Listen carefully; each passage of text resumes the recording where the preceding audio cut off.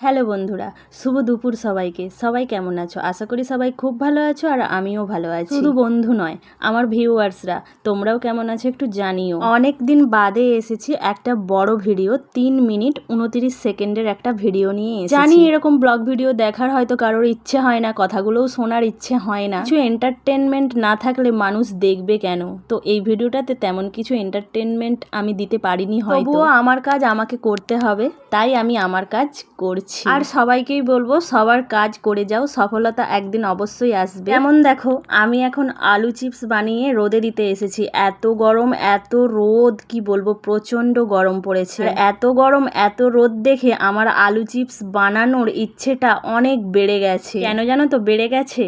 প্রথম একদিন বানিয়েছিলাম, তোমাদের সাথে শেয়ার করেছিলাম।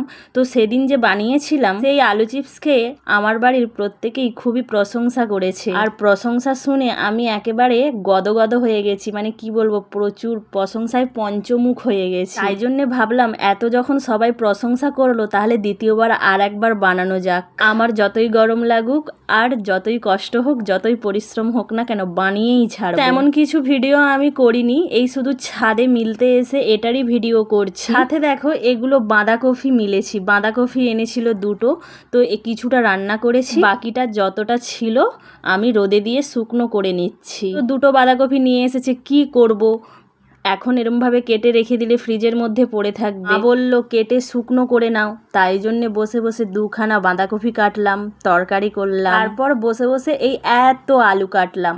সাথে আমার মেয়েও তো কাটার জন্য খুবই উদ্ব্যস্ত ছিল, কাটছিল কিছু আলু।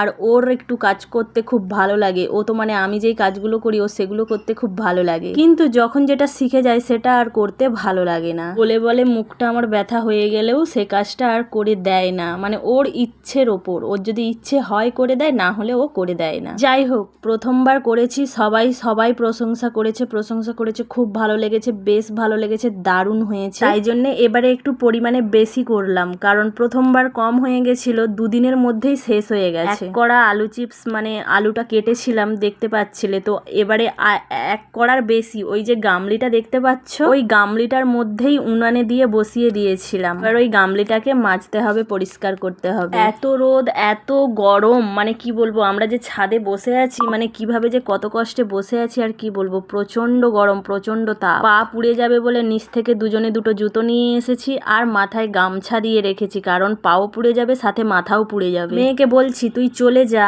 ও সবে স্নান করে আসছে, যে তুই চলে যা, ও কথা শুনবে না, ও করবে, আমি করব তোমার সাথে, মিলবো। আমি বললাম ঠিক আছে তাহলে মেলো, তুমি যদি পারো রোদে থাকতে তাহলে মেলো।